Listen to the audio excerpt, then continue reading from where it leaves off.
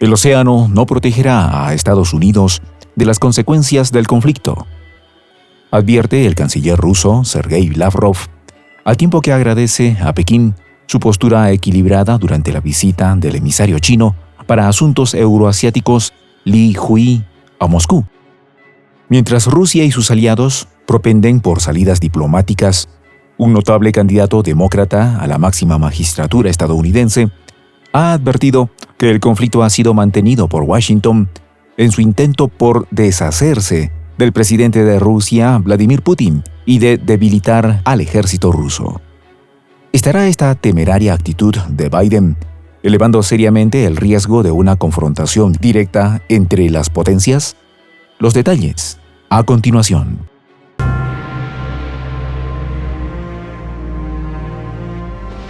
Voz de la Patria Grande. Washington cree que su autoconservación está asegurada por el Océano Atlántico. Es un gran engaño cuando intenta llevar al mundo al borde de una tercera guerra mundial. Pero ahora Washington pone a sus satélites europeos en contra de Rusia y cree que se saldrá con la suya. Fueron las recientes advertencias del ministro de Relaciones Exteriores ruso, Sergei Lavrov, al recibir al emisario de China para asuntos euroasiáticos, Li Hui, en Moscú. En su encuentro con quien fue embajador en Moscú en 2009 y durante un periodo de 10 años, el ministro ruso elogió la postura equilibrada de China en el conflicto de Ucrania y valoró la disposición de Pekín de querer jugar un papel decisivo para lograr una solución negociada al conflicto. Por su parte, Li Hui señaló que China mantendrá el diálogo con todas las partes del conflicto en Ucrania y se esforzará por resolver la crisis a través de medios diplomáticos, labor que ha venido desarrollando con su visita previa a Kiev, Varsovia, París, Berlín y Bruselas, en su intento por allanar el camino para lograr un cese de las hostilidades. Según el representante especial, su país siempre se ha guiado por los propósitos y principios de la Carta de la ONU, promoviendo activamente las negociaciones de paz, haciendo referencia al plan de 12 puntos propuesto por China a un año del comienzo del conflicto y que incluye el cese al fuego, evitar a toda costa el uso de armas nucleares, el respeto a la soberanía de los países y el fin de las sanciones unilaterales. El documento presentado por el gobierno de Xi Jinping también incluye abandonar la mentalidad de Guerra Fría, reanudar las conversaciones de paz, resolver la crisis humanitaria, proteger a los civiles y a los prisioneros de guerra, mantener seguras las centrales nucleares, facilitar la exportación de cereales, mantener estables las cadenas industriales y de suministro y promocionar la reconstrucción en el posconflicto. Desde cuando fue dado a conocer, la mayoría de los líderes de Occidente se mostraron escépticos respecto al plan propuesto por Pekín. Ursula von der Leyen, presidenta de la Comisión Europea, en su momento dijo lo siguiente: analizaremos los principios, por supuesto, pero los analizaremos en el contexto de que China ha tomado partido. Por su parte, Ned Price, portavoz del Departamento de Estado, aseguró que el régimen chino ha brindado al Kremlin apoyo diplomático, apoyo político, apoyo económico y apoyo retórico, desestimando a Beijing como mediador al decir que era cualquier cosa, menos un intermediario honesto.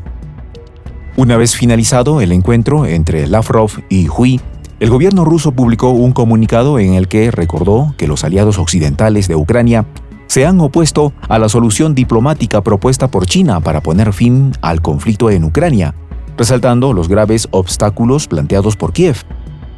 La subida de tono del canciller ruso se da a pocos días de haber condenado el uso de satélites comerciales con fines militares por parte de Estados Unidos y sus aliados, en la 11ª reunión internacional de altos representantes de seguridad que acogió la región de Moscú, calificándolo como una tendencia extremadamente peligrosa para intervenir en los asuntos internos de los estados y realizar otras acciones subversivas. El alto funcionario ruso denunció lo siguiente: Washington abusa groseramente del hecho de que ahora Internet está de hecho bajo control exclusivo de las corporaciones estadounidenses, invitando a la Unión Internacional de Telecomunicaciones a intensificar su trabajo para poner fin a este monopolio sobre las tecnologías de la información y las comunicaciones y democratizar este ámbito. En el encuentro en el que participó una nutrida delegación nicaragüense, Lavrov fue más allá afirmando lo siguiente: Estados Unidos sigue considerando a América Latina y el Caribe como su patio trasero, reaccionando con nerviosismo cuando estos países aplican políticas independientes y autónomas, y que tanto en esta región como en África, Occidente está provocando deliberadamente conflictos interétnicos, interconfesionales e interestatales. La actitud de la potencia del norte de tirar la piedra y esconder la mano también fue revelada por el canciller al hablar de la situación en torno al conflicto en la región del Indo-Pacífico, diciendo lo siguiente: vemos que Estados Unidos exacerba deliberadamente la situación en torno a Taiwán, involucrando en sus esquemas destructivos no solo a sus aliados de Europa, sino también a los de Extremo Oriente. Respecto al papel de la OTAN, recordó el término utilizado por el líder del Tercer Reich para describir sus planes de adquirir espacio vital para los alemanes, denominado Drang nach Osten, diciendo lo siguiente: en esencia, la temeraria expansión de la OTAN hacia el este refleja las mismas intenciones que estaban en el corazón de la política hitleriana, advirtiendo que esta forma de actuar irresponsablemente eleva seriamente el riesgo de una confrontación directa entre las potencias nucleares. De acuerdo con Lavrov, Washington y sus aliados convirtieron a la Organización para la Seguridad y la Cooperación en Europa, la más grande del mundo, en una estructura marginal que no influye en la situación de seguridad que afronta el continente, adoptando desde hace tiempo una actitud abiertamente provocadora hacia la expansión de la OTAN hacia el este.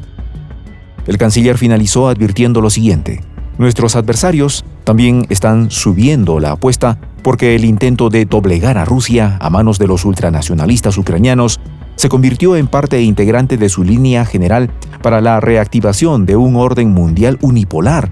para poder seguir aplicando su programa neocolonial y desviar para beneficio propio los recursos de otros estados. Las declaraciones de Lavrov han coincidido con el primer despliegue ruso de armas de destrucción masiva fuera de sus fronteras desde la caída de la Unión Soviética en 1991, lo que ha sido confirmado por el presidente bielorruso Alexander Lukashenko, quien afirmó que ya había comenzado el traslado de estas defensas tácticas a su territorio. Las críticas de Biden sobre el transporte a Bielorrusia de este armamento fueron respondidas por la embajada rusa en Estados Unidos, quien las rechazó diciendo: es el derecho soberano de Rusia y Bielorrusia garantizar su seguridad por los medios que consideremos necesarios en medio de una guerra híbrida a gran escala desatada por Washington contra nosotros. Renglón seguido, calificaron de hipócritas estas críticas, afirmando lo siguiente: antes de culpar a otros, a Washington le vendría bien un poco de introspección. En referencia a que es bien conocido que Estados Unidos mantiene desde hace décadas un gran arsenal de este tipo de armas en Europa. Aunque gran parte de los detalles sobre el despliegue actual de Estados Unidos son confidenciales, la Federación de Científicos Estadounidenses afirma que tienen por lo menos 100 armas tácticas B-61 desplegadas en los territorios de Italia, Alemania, Turquía, Bélgica y los Países Bajos. ¡Qué descaro! Y es que desde el comienzo de la crisis en Europa del Este, Biden ha expresado sus temores sobre el uso de este tipo de armas durante la coyuntura, reviviendo los fantasmas de la crisis de los misiles de Cuba en octubre de 1972, unos días de terror como los de hoy, en los que la humanidad se acercó peligrosamente a un conflicto sin precedentes.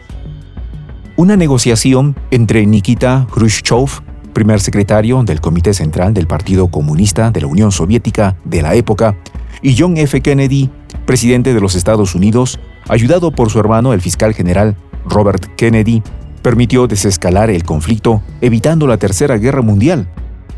A propósito de estos personajes,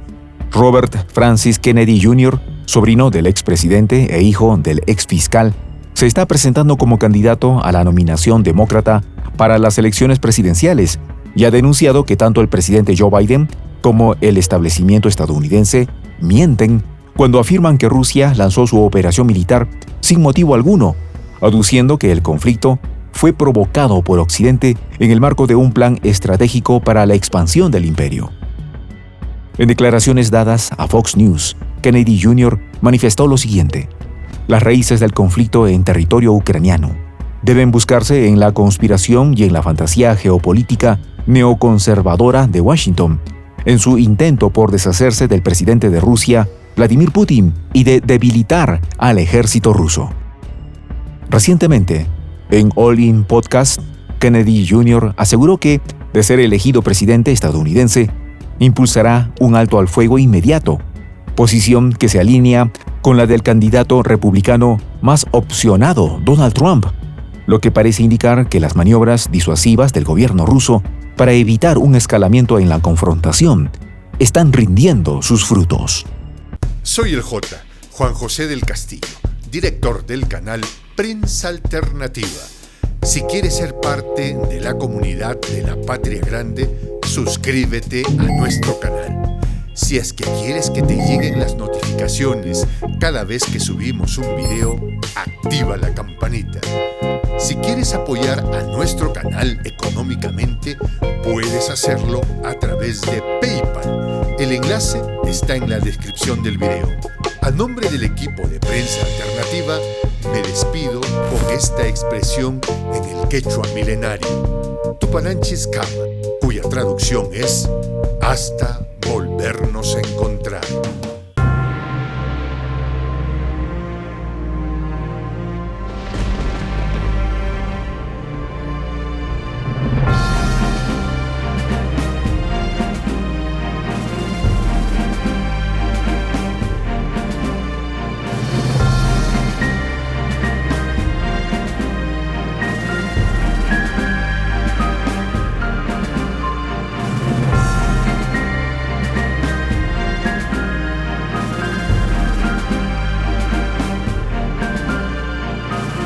Voz de la Patria Grande.